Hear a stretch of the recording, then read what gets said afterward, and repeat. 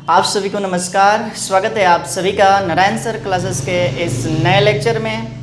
आज का हमारा टॉपिक है कक्षा 12 का रसायन विज्ञान, जिसका पहला अध्याय ठोस अवस्था यानी कि सॉलिड स्टेट का भाग 5।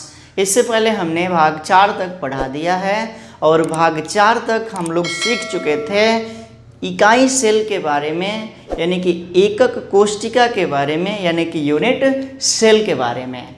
वहाँ पे हमने यूनिट सेल के बारे में विस्तार से बताया है भाग 4 तक। अब जो है एक एक करके इकाई सेलों के बारे में हम अध्ययन करना शुरू किए थे और वहाँ पे हमने एससीसी के बारे में पढ़ लिया था, यानी कि सरल इकाई घनीय सेल के बारे में पढ़ लिया था। सरल इकाई घनीय सेल को जो है कहा जाता है क्या, सिंपल क्यूबिक यूनिट सेल, यानी कि एससीसी। इसके बारे में हम लोग जान लिए थे। यहाँ पे हम लोग पढ़ेंगे बीसीसी और एफसीसी के बारे में और कुछ न्यूमेरिकल को भी हल किया जाएगा और आगे बढ़ा जाएगा क्रिस्टल जालक की ओर। तो सबसे पहले इस सेशन को आगे बढ़ाने से पहले जो पिछले भाग में हमने किया था उसको थोड़ा सा रिवीजन कर लेंगे और उसके बाद से हम इस सेशन में आगे बढ़ जाएंगे। तो हमने वहाँ पे क्या सीखा था, घन के बारे में। घन यानी कि एकक सेल की जो संरचना होती है एक घनीय संरचना होती है। कैसे? तो घनीय यानी कि क्यूब। क्या होती है? तो क्यूब होती है। इसमें बताया गया है कि 3 भुजाएं होती हैं, ए बी और सी। तीनों भुजाएं बराबर होती हैं और उनके मध्य जो है अल्फा बीटा गामा का कोण बनता है और यह जो है 90 अंश का कोण बनता है। अल्फा बीटा और गामा तीनों का कोण बराबर होता है, 90 अंश का होता है। यहाँ पे हम लोग ये भी सीख लिए थे कि एक घन में उसका आयतन कितना होता है, एक एकक सेल का घनीय आयतन कितना होता है, तो AQ होता है। उसके बाद से हम लोग जान चुके थे फलक विकर्ण के बारे में। ये जो है यदि फलक पर परमाणु होता भी है, कोनों पर भी होता है, फलक पर भी होता है। खूब डिटेल में हमने इसके बारे में पिछले सेशन में बताया हुआ है। तो फलक पर जब परमाणु होता है तो यहाँ से जो है एक लाइन जा सकती है और इस तरह से संरचना बन सकता है। इसको जो है हम यहाँ पे निकालेंगे तो इस तरह से संरचना बन जाएगा। भुजाएं जो है बराबर होती हैं, ए बी और सी, यानी कि ए बराबर बी बराबर सी। भुजाएं जो है क्या होती हैं? बराबर होती हैं। तो ये भुजा ए है, ये जो है भुजा बी है और यहाँ से यहाँ तक की जो लाइन जा रही है इसी को कहा जाता है फलक विकर्ण। और इसका पाइथागोरस के प्रमेय से हम लोग सिद्ध किया था, तो मान आता है √2a। उसके बाद से घन विकर्ण की लंबाई हम बताए थे। तो क्या एक परमाणु केंद्र पर होता है, स्थित होता है किसी भी घन में, तो यहाँ से यहाँ तक की लाइन मिल सकती है। ये भी संरचना कुछ ऐसी हो सकती है। तो ये जो है आपका ए भुजा हुआ। उसके बाद से ये जो है आपका क्या है, फलक विकर्ण है और ये जो आ जाएगा क्या, घन विकर्ण। और इसकी लंबाई भी हम लोग पाइथागोरस प्रमेय से निकाले थे, 3a √3a। उसके बाद से एक घन में कुल घन विकर्णों की संख्या होती है 2। एक घन में कुल घन विकर्णों की संख्या होती है कितनी? तो 2। ये बातें हम लोग जो है भाग 4 तक सीख चुके थे। भाग 4 में हमने ये भी बताया था एससीसी के बारे में, यानी कि सरल इकाई घनीय सेल के बारे में। वहाँ पे हम लोग निकाल लिए थे क्या, तो Z बराबर 1, यानी कि एक आयतन में परमाणुओं की संख्या कितनी होती है? तो 1 होती है। यानी कि एक एकक कोशिका में परमाणुओं की संख्या कितनी होती है? तो 1 होती है। उसके बाद से परमाणु की त्रिज्या हम लोग निकाल लिए थे, R बराबर A/2। उसके बाद से संकुल प्रभाज निकाल लिए थे, कितना था? 54.6%। यानी कि एक एससीसी का इकाई सेल जो होता है 54.6% परमाणुओं से घिरा होता है। उसके बाद से जब इतना भाग परमाणुओं से घिरा हुआ तो रिक्तियाँ कितना हो जाएगा? 47.4। ये भी बताया गया था। और इसमें उप सहसंयोजक संख्या निकाला गया था, जिसकी संख्या होती है कितनी? 6। एससीसी में उप सहसंयोजक संख्या कितनी होती है? 6। यानी कि एक परमाणु अन्य 6 परमाणुओं से घिरा होता है, यानी कि टच करता है। तो यहाँ तक बातें हम लोग सीख गए थे। अब जो है आज के सेशन में हम जो लोग जानेंगे क्या, काय केंद्रित घनीय सेल के बारे में, यानी कि बीसीसी के बारे में, यानी कि body centred cubic unit cell के बारे में। तो आज का सेशन प्रारंभ करते हैं। आज का हमारा पहला हेडिंग होगा क्या, आज का हमारा पहला हेडिंग होगा क्या, तो काय केंद्रित घनीय सेल। काय केंद्रित घनीय सेल, इसी को हम लोग कहेंगे body centred cubic unit cell, और इसी को कहा जाएगा BCC। तो आज का सेशन हम यहाँ से शुरू करते हैं, जो है क्या, काय केंद्रित घनीय सेल यानी कि body centred cubic unit cell. इसकी विशेषता क्या है, तो सबसे पहले हम लोग एक घन बनाएंगे। यहाँ पे जो है सबसे पहले हम लोग एक अच्छा सा घन बना लेते हैं। घन बनाना सीख गए होंगे आप लोग, बार बार इसको बनाया जा रहा है, अपने से बनाइए। तो यहाँ पे हमने बना लिया एक घन, सभी कोनों को मिला लिया, सभी कोनों पर जो है परमाणुओं को रख दिया, और एक घन में कोनों की कितनी संख्या होती है, 8। तो 8 कोनों पर एक एक परमाणु उपस्थित होता है। तो BCC की क्या उपयोगिता होती है, तो BCC के प्रत्येक कोनों पर एक एक परमाणु उपस्थित होता है और एक परमाणु केंद्र में स्थित होता है। तो लिख देंगे क्या, तो BCC के प्रत्येक कोनों पर एक एक परमाणु एवं एक परमाणु केंद्र में स्थित होता है। यही तो हमने बताया क्या, तो इसके सभी कोनों पर एक एक परमाणु और एक परमाणु केंद्र में स्थित होता है। तो यहाँ पे हम लोग सबसे पहले निकालेंगे AQ आयतन में परमाणुओं की संख्या, AQ आयतन में परमाणुओं की संख्या यानी कि Z का मान। तो सबसे पहले कोनों पर उपस्थित परमाणुओं की संख्या क्या हो जाएगा, कोनों पर उपस्थित परमाणुओं की संख्या क्या होगा यहाँ पे, तो एक कोने पर उपस्थित परमाणु का योगदान होता है 1/8 का, और कोनों की संख्या 8 है। तो कितने परमाणु हो जाएंगे, 1 परमाणु। उसके बाद से केंद्र में परमाणुओं की संख्या कितनी होती है, तो 1 होती है।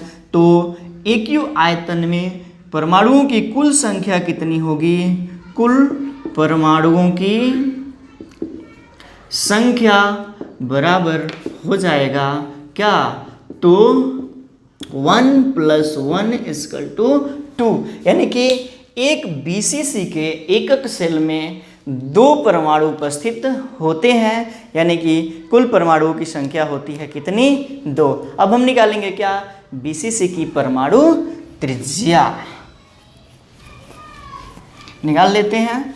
BCC की परमाणु त्रिज्या, BCC की परमाणु त्रिज्या यानी कि R का मान हमें निकालना है। देखिए यहाँ पर जो है देखा जाए तो केंद्र पर एक परमाणु है और इसके कोनों पर एक परमाणु है। इसकी संरचना बनाएंगे तो कुछ संरचना हमें इस तरह से देखने को मिलेगा। संरचना ये जो है इसका केंद्र है, इस गोले का ये केंद्र है और इस गोले का ये, इसके केंद्र को हम मिला देंगे। तो बताया गया है कि गोला का अपना केंद्र होता है और केंद्र से जो है यहाँ तक के भाग को उसकी त्रिज्या कहा जाता है, यानी कि R कहा जाता है। अब जो है R दिखा देंगे यहाँ पे कितना हुआ, तो यहाँ पर 1 R, यहाँ पे पूरा यहाँ से यहाँ तक 2 R हो जाएगा और यहाँ पर 1 R, तो R + R 2R और प्लस R इक्वल टू क्या होगा, तो ये क्या है आपका घन विकर्ण है ना, क्या है, तो घन विकर्ण है। और घन विकर्ण का मान निकाला गया था, घन विकर्ण की लंबाई निकाला गया था क्या, तो a√3, तो 4r इजकल टू हो जाएगा a√3, तो r इजकल टू हो जाएगा a√3/4। ये क्या हम निकाल लिए, तो BCC की परमाणुओं की परमाणु त्रिज्या, BCC के परमाणु की परमाणु त्रिज्या हम यहाँ पे निकाल लिए। अब हम आगे बढ़ जाते हैं और निकालते हैं इसका BCC का संकुल प्रभाज। BCC का संकुल प्रभाज, BCC का संकुलन प्रभाज, और इसी को कहा जाता है PE यानी कि पैकेजिंग एफिशिएंसी। और P का सूत्र बताया गया है, क्या होता है, Z × 4/3 πr³ का V, पूरे का बटा क्या, तो V।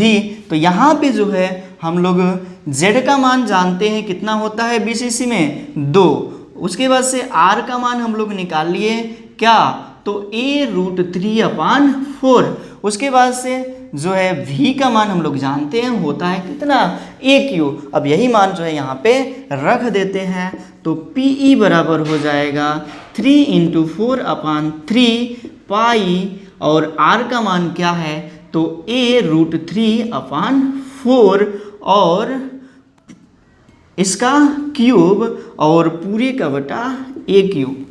फिर जो है हम आगे बढ़ जाते हैं, तो ये होगा 3 × 4/3, ये 2 होगा ना, Z के मान है Z कितना 2, तो 2 4/3 पाई इंटू AQ इंटू 3√3 और पूरे का बटा में हो जाएगा 64, और पूरे का यहाँ पे बटा हो जाएगा AQ, क्या है, तो AQ से AQ कैंसिल होगा, उसके बाद इस 3 से ये 3 कैंसिल हो जाएगा, और इससे लेकर के जाएंगे तो 16 टाइम आएगा, और इसे लेकर जाएंगे तो 8 टाइम आएगा, तो बच क्या जाता है √3। PE बराबर क्या होगा, तो √3 π/8, √3 π/8, और इसका जो मान निकालेंगे तो कितना हो जाएगा, इसका मान निकालेंगे तो हो जाएगा 0.68। तो हम लोगों ने PE बराबर निकाल लिया 0.68, तो PE परसेंटेज बराबर क्या होगा 0.68 × 100 इक्वल टू हो जाएगा 68%। यानी कि क्या निकल गया, BCC का संकुल प्रभाज 68%। अब इसकी रिक्तियाँ क्या हो जाएगा, रिक्तियाँ तो हो जाएगा 100 - 68 इक्वल टू हो जाएगा 32%।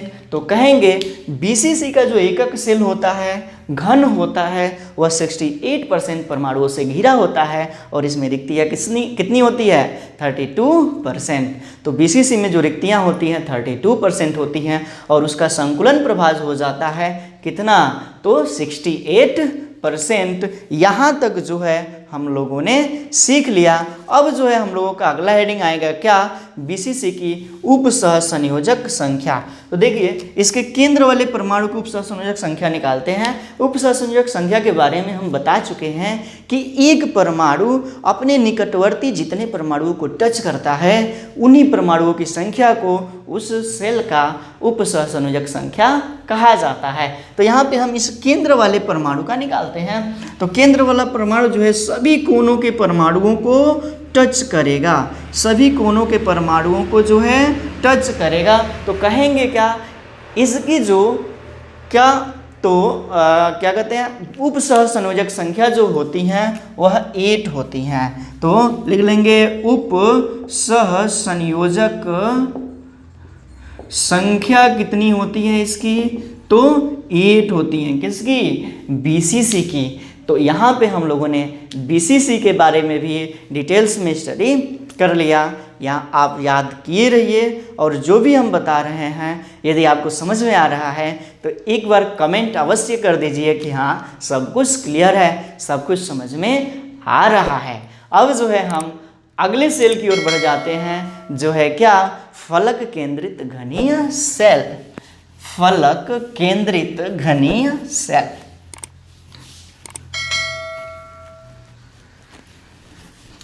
अगला जो होगा क्या, फलक केंद्रित घनीय सेल। फलक केंद्रित घनीय सेल, और इसको जो है इंग्लिश में कहेंगे क्या, फेस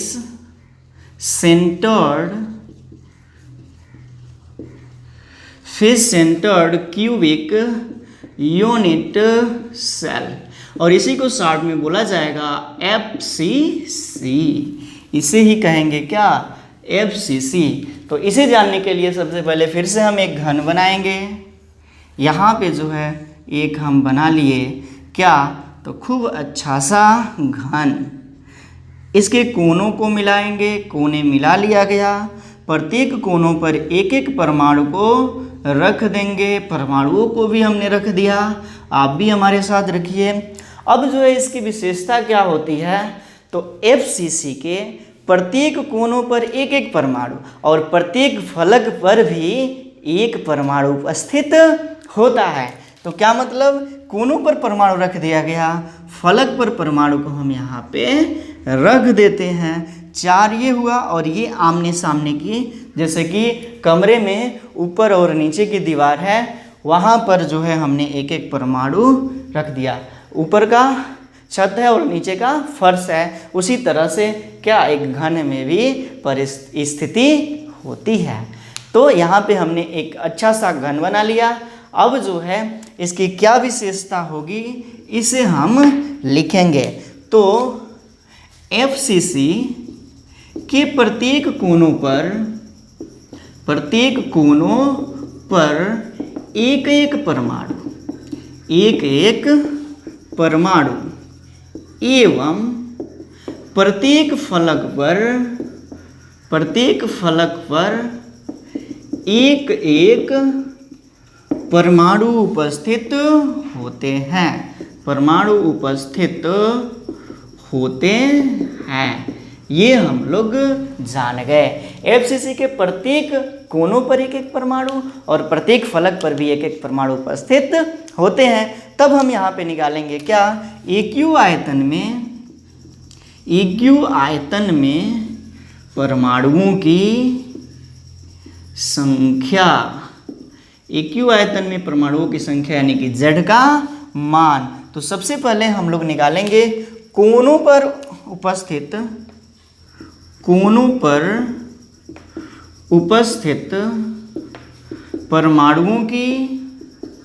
परमाणुओं की संख्या क्या हो जाएगा, तो एक कोने का योगदान 1/8 का होता है और परमाणुओं की संख्या होती है 8, यानी कि कुल कितने परमाणु हुए, 1। ये हम लोग शुरू से ही करते आ रहे हैं। उसके बाद से दूसरा क्या होगा, फलक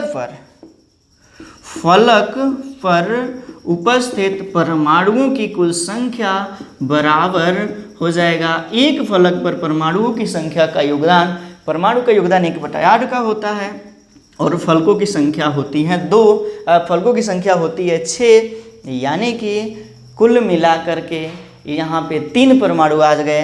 अब क्या है, तो AQ आयतन में कुल परमाणुओं की संख्या बराबर हो जाएगा 1 + 3 = 4।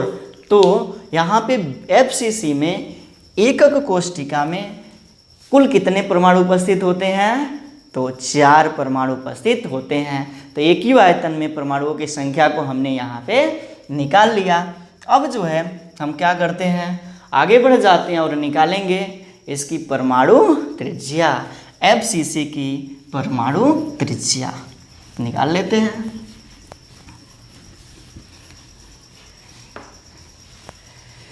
FCC की परमाणु त्रिज्या यानी कि R का मान, और यहाँ पे देख रहे हैं कि एक फलक की संरचना ले रहे हैं, तो यहाँ से यहाँ तक एक स्थिति बन रही है फलक। एक फलक को दूसरे फलक से मिलाने के लिए कुछ इस तरह की संरचना हमें देखने को मिलती है।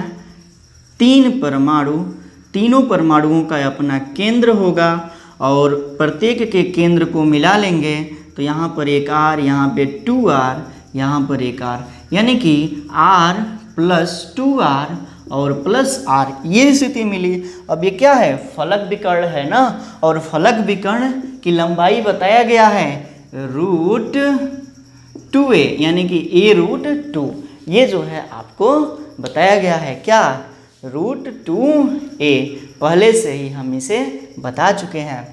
अब जो है 4R = हो जाएगा a√2, तो R = हो जाएगा a√2/4। यहाँ पे हमने निकाल लिया FCC की परमाणु त्रिज्या। इसको ऐसे भी लिख सकते हैं, इस 4 को जो है 2 × 2 लिखा जा सकता है, और एक 2 को जो है लिखा जा सकता है 2 = √2 × √2। यही मान यहाँ पे रखेंगे, तो R = हो जाएगा a√2 अपान क्या हो जाएगा 2 × √2 × √2। एक √2 से एक √2 कैंसिल हो जाएगा, तो R = हो जाएगा a/2√2। ये क्या निकल गया, तो FCC की परमाणु त्रिज्या, FCC की परमाणु त्रिज्या। अब हम निकालेंगे क्या, तो FCC का संकुलन प्रभाज। FCC का संकुलन प्रभाज, FCC का संकुलन प्रभाज, और इसको हम लोग कहते हैं क्या, PE, पैकेजिंग एफिशिएंसी। और PE बराबर होता है क्या, Z × 4/3 πr³ और पूरे का बटा V।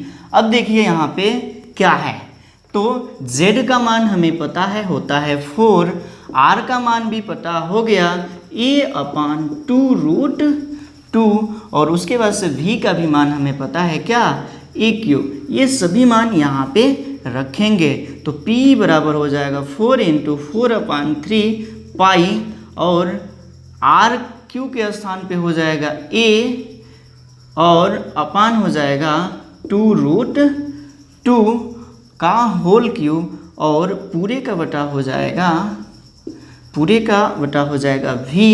तब जो है फिर से हम इसको लिख सकते हैं क्या, 4 × 4/3 पाई × A³ और बटे में हो जाएगा 8 × 2√2 हो जाएगा इसका 2√2।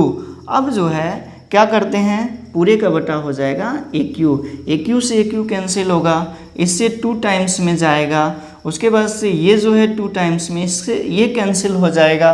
तब क्या बचेगा, तो PE बराबर बच गया क्या, तो π/√2। क्या बच गया, तो P बराबर π/√2, यही बचता है, PE बराबर π/√3। एक मिनट, अच्छा यहाँ पे एक 3 है ना, यहाँ पे 3 है, तो 3√2 क्या है, 3 π/3√2, और इसका मान निकाल लिया जाए तो इसका मान आता है कितना, 0.76। इसका मान निकाल लिया जाए तो आता है 0.76, तो P बराबर आ गया 0.76, तो PE परसेंटेज क्या हो जाएगा, 0.76 × 100 हो जाएगा क्या, तो 76%। तो संकुलन प्रभाज आ गया इसका कितना, 76%, यानी कि FCC का संकुलन प्रभाज जो होता है वह 76% होता है। और इसकी रिक्तियाँ निकाल लेते हैं, रिक्तियाँ, तो रिक्तियाँ क्या हो जाएगा, 100 - 76 = हो जाएगा 24। तो FCC के एकक सेल में 76% परमाणुओं से घिरा होता है, और 24% जो होता है वह उसकी रिक्तियाँ होती हैं। 76 है ना, एक मिनट यहाँ पे थोड़ा सा डिस्टर्बेंस, 76 नहीं है, 74 है, 74 और 74, आप रिपीट कर लीजिएगा 74, अब ये हो जाएगा 26%। तो यहाँ पे जो है 74% जो है क्या होता है, तो परमाणुओं से घिरा होता है, और इसमें रिक्तियाँ होती हैं 26%। तो आपको ये बात पूरी समझ में आ चुकी होगी। अब जो है हम निकालेंगे क्या, तो इसका FCC का उप सह संयोजक संख्या। तो किसी भी एक फलक को हम लोग लेते हैं, एक फलक पर, तो देखिए एक फलक जो है इसमें 6 फलक होते हैं, तो अन्य जो है ये 5 फलकों को टच करेगा और एक कोने को टच करेगा, 4 फलकों को टच करेगा और 2 कोनों को टच करेगा। उसी तरह से ऊपर भी ये 4 फलकों को टच करेगा और 2 कोनों को टच करेगा, यानी कि कुल मिलाकर के हो गया कितना, 12। तो इसका जो है क्या, तो उप सह संयोजक संख्या होता है, उप सह संयोजक संख्या जो होता है वह होता है कितना, 12। ये याद रखना है, FCC का उप सह संयोजक संख्या कितना होता है, तो 12 होता है। तो यहाँ पे हमने सभी सेलों का, घनीय सेलों का पूर्ण रूप से विस्तार से अध्ययन करा दिया है। आप जो है खूब अच्छे से यहाँ पे सीख चुके हैं कि SCC क्या होता है, BCC क्या होता है और FCC क्या होता है, उसके इकाई क्या कहते हैं, उसमें Z का मान कितना होता है, परमाणुओं की संख्या कितनी होती है, उसका आयतन कितना होता है, उसके साथ साथ उसकी त्रिज्या के बारे में हमने अध्ययन करवाया, उसकी संकुलन प्रभाज बताया और उसके बाद से उसका सहसंयोजक संख्या बताया। सब कुछ बात यदि समझ में आई तो आप जो है कमेंट ज़रूर कीजिए, वीडियो को लाइक अवश्य कीजिए, एक बार लाइक कर दीजिए और इसे जो है अपने दोस्तों में शेयर कीजिए। आगे बढ़ जाते हैं, आप जो है एक प्रश्न हल कराएंगे। आप एक प्रश्न लिखिए जो कि आपके स्क्रीन पर यह प्रश्न आ रहा होगा। क्या है प्रश्न, तो एक काय केंद्रित घनीय सेल की एक परमाणु की परमाणु त्रिज्या 75 पिकोमीटर है, इस क्रिस्टल की भुजा की लंबाई क्या होगी। क्या मतलब, एक काय केंद्रित घनीय सेल है जिसकी परमाणु त्रिज्या 75 पिकोमीटर है, इसके क्रिस्टल की भुजा की लंबाई क्या होगी। स्क्रीन पर यह प्रश्न दिया हुआ है, इसको हल करना है। तो क्या है, तो काय केंद्रित घनीय सेल है, यानी कि काय केंद्रित का मतलब बात कर रहा है किसका, BCC का, और BCC की R का मान दे दिया है, त्रिज्या दे दिया है कितना, 75 pm, 75 पिकोमीटर, और इसकी जो परमाणु त्रिज्या होती है बताया गया है, परमाणु त्रिज्या BCC की परमाणु त्रिज्या कितनी होती है, परमाणु त्रिज्या R का जो मान होता है वह होता है क्या, A√3/4, यही होता है ना। R का मान यहाँ पे दे दिया 75 बराबर A√3/4, तो A√3 इजकल टू हो जाएगा 75 का 4 में मल्टीप्लाई करेंगे तो 300 आएगा। अब जो है A इजकल टू, यही तो भुजा पूछ रहा है ना, 300/√3, और √3 का जो मान होता है वह होता है कितना, 1.71, लगभग में यही मान होता है 1.71। तो यही मान हम यहाँ पे रखेंगे, एज इक्वल टू हो जाएगा 300/√3। तो यहाँ पे आपका आंसर आ जाएगा। कितना आंसर आया आप इसे कमेंट में अवश्य लिखिए, जिससे कि हमें भी लगे कि हाँ आप पढ़ाई अच्छे से कर रहे हैं। तो यहाँ पे हमने जो है एकक कोष्टिका यानी कि यूनिट सेल को कंप्लीट किया। अब जो है हम पढ़ेंगे क्या, ब्रेवियस लैटिस, ब्रेवियस लैटिस यानी कि ब्रेवियस जालक, जो कि लेक्चर 2 में जो है पार्ट 2 में हमने इसके बारे में बताया हुआ था। पार्ट 2 के बारे में खूब बढ़िया से जो है हम इस पर चर्चा किए हुए थे। किसके बारे में, तो ब्रेवियस जालक,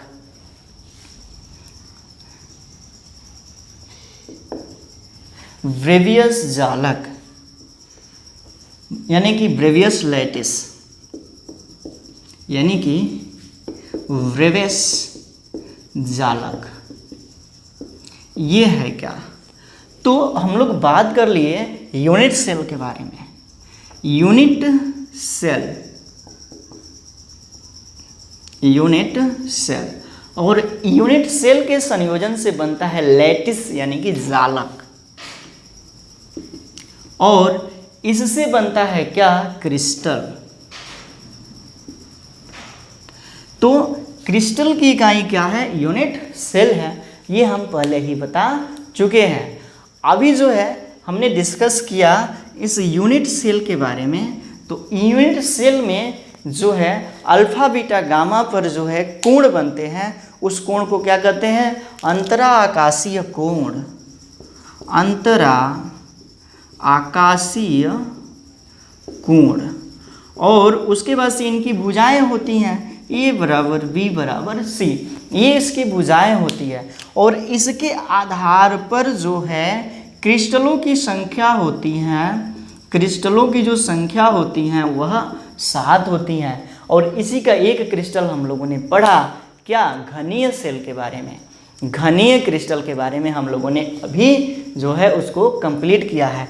तो अंतरा आकाशीय कोण और उनकी भुजाओं के आधार पर यूनिट सेल में जो क्रिस्टलों की संख्या होती है वो कितनी होती है, 7 प्रकार के क्रिस्टल होते हैं। अब जो है इकाई सेल के आधार पर, इकाई सेल अंतरा आकाशीय और उनकी भुजाओं के आधार पर तो क्रिस्टलों की संख्या 7 होती है, और यूनिट सेल के आधार पर 14 प्रकार का जालक बनता है। तो लिख सकते हैं यूनिट सेल के आधार पर, यानी कि इकाई सेल के आधार पर 14 प्रकार का, यूनिट सेल के आधार पर 14 प्रकार का जालक बनता है, जालक बनता है। और इसी को जो है ब्रेवियस नामक वैज्ञानिक ने बताया था, ब्रेवियस ने बताया था, और इसीलिए उन्हीं के नाम पर कहा जाता है इन 14 जालकों को क्या,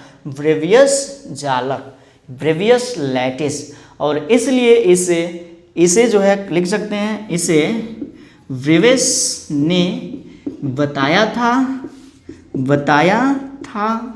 इसलिए इसे ब्रेवियस जालक कहा जाता है, जालक कहते हैं। तो इसे जो है ब्रेवियस ने बताया था, इसलिए जो है इसे ब्रेवियस जालक कहते हैं। बात समझ में आ रही है? क्या मतलब, इकाई सेल के अंतरा आकाशीय कोणों तथा भुजाओं के आधार पर 7 प्रकार के क्रिस्टल जालक का निर्माण होता है, जबकि इकाई सेल के आधार पर 14 प्रकार के क्रिस्टलों का निर्माण, 14 प्रकार के क्रिस्टल जालक का निर्माण इससे होता है। और इसी को जो है ब्रेवियस ने बताया था, और इसे ही कहा जाता है ब्रेवियस जालक, ब्रेवियस लैटिस। तो यहाँ तक बात समझ में आई, तब हम आगे बढ़ जाते हैं और कुछ और बातें सीखते हैं।